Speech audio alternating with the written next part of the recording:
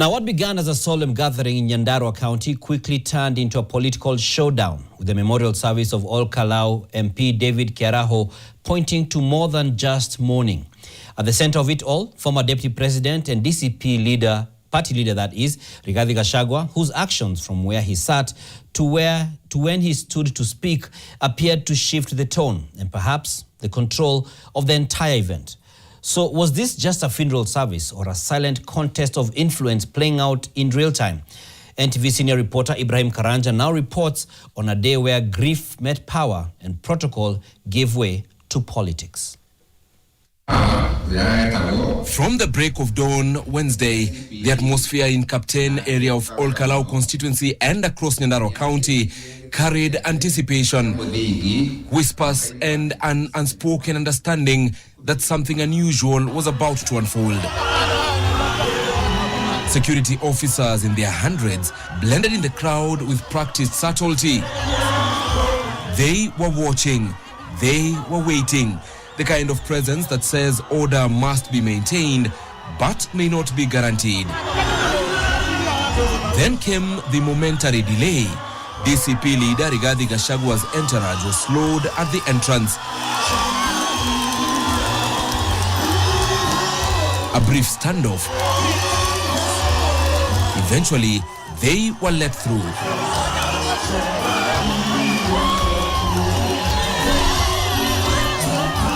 They walked straight to the dais, with Gachagua going past the seating arrangement prepared for him, choosing instead to sit with his trusted lieutenant, Area Senator John Medhu, with his other allies not too far behind. And when the head of state arrived, the entire gathering rose in a near instinctive wave of respect. But Gachagua did not flinch. Beside him, John Medhu did the same. When the service began, the church tried to reclaim the moment, with the clergy calling for dignity. The bereaved family also asked for peace, and for a brief stretch, it seemed possible. Rais wa Jamhuri ya Kenya. It is Senator John Medhu who changed the air when he stood. My party leader and the People's Deputy President Rigathi Gachagua. He spoke that name and the crowd exploded. It was not just an applause, it was recognition, perhaps an affirmation or even ownership. Several attempts were made to rein Medhu in. Hand signals were given and the microphones were twice disabled, but each interruption only seemed to amplify him, with the crowd leaning in louder each time. Momentum had clearly shifted and everyone could feel it. Mimi namalizia, I will not even take 1 minute. Nilikuwa nataka kuambia Mheshimiwa Kimani Ichung'wah, hiyo maneno unatuzi Rigathi Gachagua. Leo hako hapa mtuzi ndio tujue wewe. It's unfortunate, Your Excellency, that it had to go that way. Then came an unexpected pause. Gachagua was invited to speak by Kinangop, Member of Parliament Kwenya Dhuku, but he did not move. The organizers reorganizing in real time, calling another speaker forward, the Speaker of the National Assembly, Moses Wetangula. All right, bas, wacha nimkaribishe Speaker wa National Assembly aweze kusema.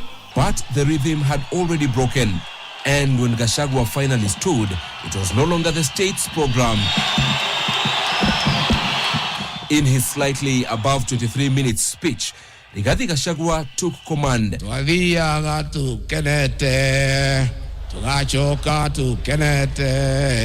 At one point, Area Governor Kiarie Badilisha rose, perhaps to restore order and to reclaim structure. On the presidential dais right behind him, seasoned politicians were seen recalculating, some choosing silence, while others opted to shorten their words when eventually invited to speak. A few who had been expected to speak never did, clearly out of awareness, because by that time, the event had revealed its true nature. Ol Kalou Wednesday was never just about mourning. It was about presence, about influence. It was about who commands the moment when the moment matters most. Ibrahim Karanja, NTV.